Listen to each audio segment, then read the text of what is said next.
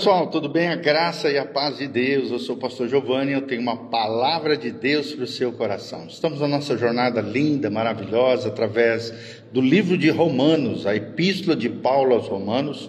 Hoje vamos ensinar para vocês o capítulo 11. Começamos lá do 1, 2, 3, 4 e já fomos avançando, já estamos no capítulo 11, com a graça de Deus, dia a dia, estudando juntos um capítulo do livro de Romanos. Então continue conosco, abra o seu coração, que Deus abra os olhos do teu entendimento, para que você possa compreender as riquezas insondáveis, maravilhosas do texto sagrado e aplicá-los no teu dia a dia.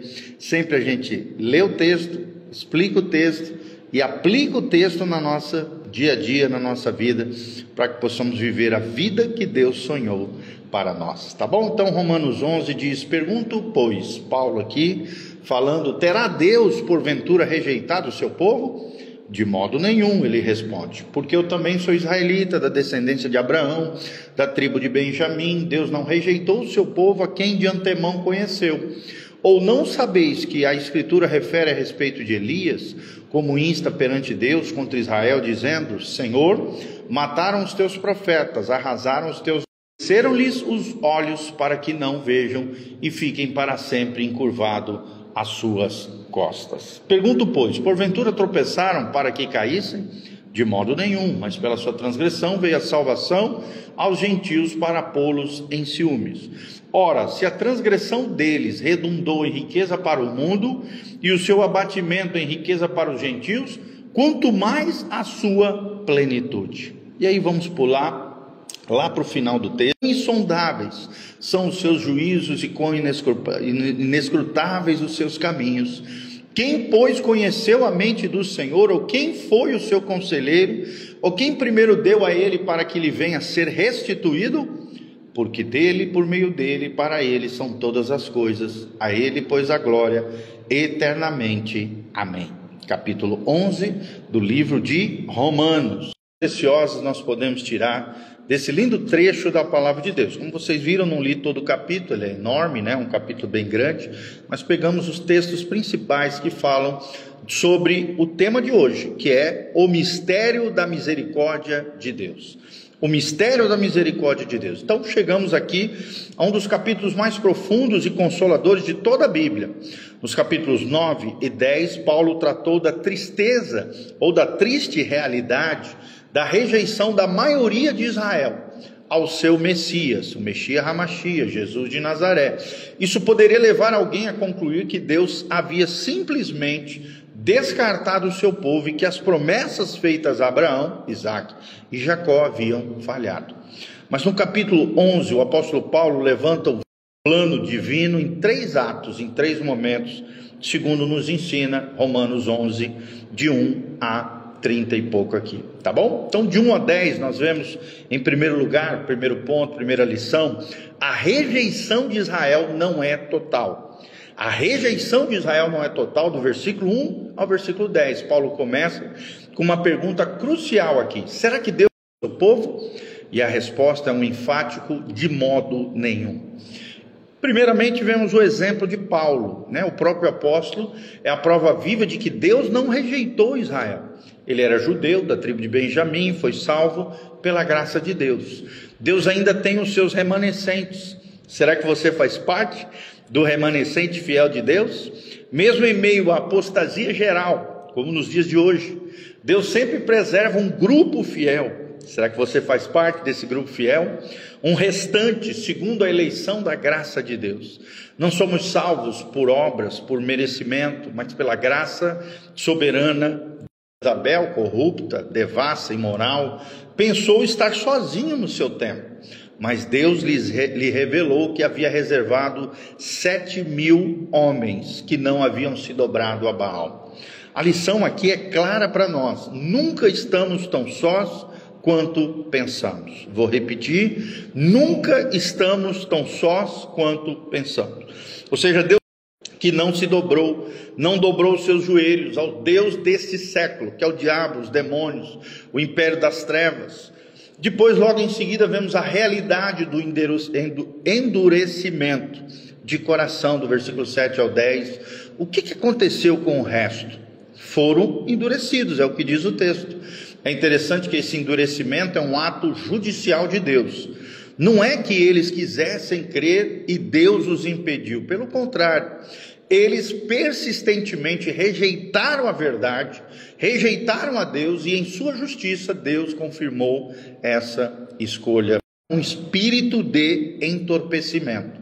Versículo 8, é uma espécie de cegueira espiritual que os impede de ver Cristo como o Messias. Aplicando de forma prática para nós hoje, isso nos ensina a confiarmos na fidelidade de Deus, mesmo quando a evidência parece contraditória. Deus nunca quebra suas alianças, a sua palavra nunca falha. Segundo ponto, segundo ensinamento aqui, não é definitiva. A rejeição de Israel não é definitiva, do versículo 11 ao 32. Aqui está o coração do capítulo, o mistério revelado a nós, no versículo 25. A queda de Israel não é o fim da história. Por quê? Porque no primeiro momento ele fala do propósito da queda, que é a salvação dos gentios, versículos 11 e 12. Paulo usa uma lógica aqui surpreendente. A conversão de Israel será um evento de impacto global, um avivamento de proporções cósmicas. Logo em seguida vemos a advertência aos gentios, ou seja, Deus puxando a orelha dos gentios e dizendo: não se ensoberbeça, do versículos 13 ao 24. Aqui está uma das advertências, das exortações mais solenes. Os judeus incrédulos foram quebrados por causa da incredulidade, e os ramos selvagens, os gentios, foram enxertados pela fé. Mas se Deus não poupou os ramos naturais, também não poupará você.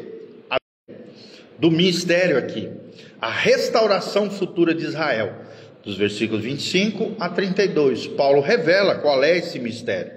O endurecimento veio em parte sobre Israel, até que a plenitude dos gentios haja entrado. Ou seja, o final da era da igreja, o final da dispensação da graça. E assim todo Israel será salvo. Então, aqui todo Israel, aqui não se refere à igreja, mas à nação de Israel como um todo, em um futuro escatológico. Não significa que todo judeu individualmente será salvo, mas que a nação, como corpo, se voltará para o Cristo, o Messias, Hamashia. Será uma conversão nacional, como predito pelos profetas do Antigo Testamento. Qual é o fundamento disso? A eleição e as alianças irrevogáveis de Deus. É mencionado no versículo 28 e 29. Eles são amados por causa dos patriarcas, Abraão, Isaque e Jacó. Os dons e chamados, Deus não se arrepende de suas promessas. E a aplicação prática disso é que isso nos humilha.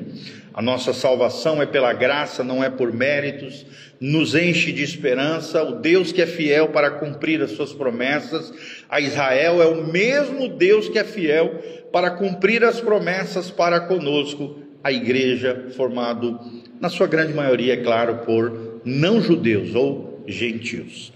Terceiro pontinho, terceira lição que aprendemos: a rejeição e restauração de Israel revelam a glória de Deus. Vou repetir, terceira lição: a rejeição e restauração de Israel revelam a glória de Deus, que é o final desse trecho, do 33 ao 35. Extraordinárias do plano soberano e gracioso de Deus, Paulo irrompe em um dos hinos mais lindos das Sagradas Escrituras. A profundidade da sabedoria de Deus é mencionada. Ó profundidade das riquezas, tanto da sabedoria como do conhecimento de Deus.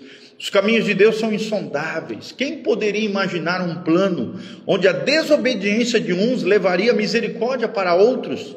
E a misericórdia, logo em seguida vemos a soberania absoluta de Deus, dos versículos 34 a 35. Quem conheceu a mente do Senhor? Ninguém foi seu conselheiro, ninguém lhe deu algo primeiro para que ele tivesse que retribuir. Deus é absolutamente soberano, livre, seu plano nasceu exclusivamente da sua vontade sábia e amorosa. E por último, o fim de tudo, a glória de Deus. Então aqui está o clímax: tudo vem de Deus, que é a origem, tudo é sustentado por Deus, que é o meio, e tudo existe para Deus, que é o telos, aqui o fim. A história da salvação dos judeus e dos gentios, com todas as suas complexidades, tem um objetivo final: a glória de Deus. Será que você tem vivido no telos de Deus, para a glória de Deus? 11, somos levados a prostrar-nos em adoração, não a levantar-nos em debates infrutíferos, porque a doutrina deve levar à doxologia, a adoração.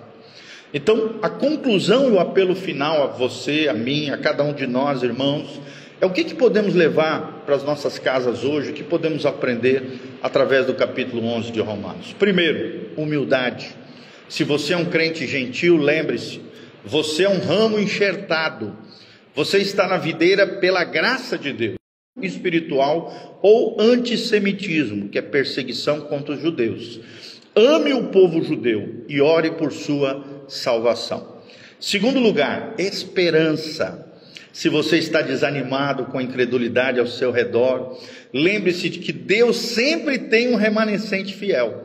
Sua palavra não falhará. O endurecimento de Israel não é o capítulo final. Terceiro lugar, amém. Então, que essa revelação do coração de Deus, tão bem explicado aqui para nós em Romanos 11 pelo apóstolo Paulo, nos torne uma igreja mais humilde, mais esperançosa e mais adoradora. Eu vou repetir: uma igreja mais humilde, mais esperançosa e mais adoradora. Então feche os seus olhos, vamos orar diante do Senhor, da tua sabedoria insondável. Agradecemos pela tua graça que nos enxertou em Cristo Jesus.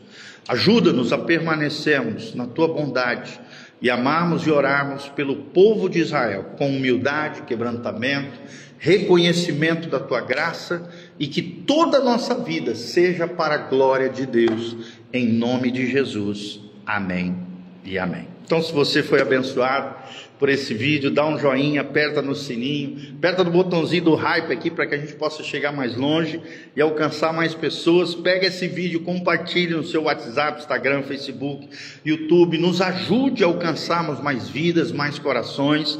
Aqui no link da descrição tem todas as informações do nosso ministério, horário da igreja, endereço do culto. Hoje nós temos terça-feira, toda terça-feira,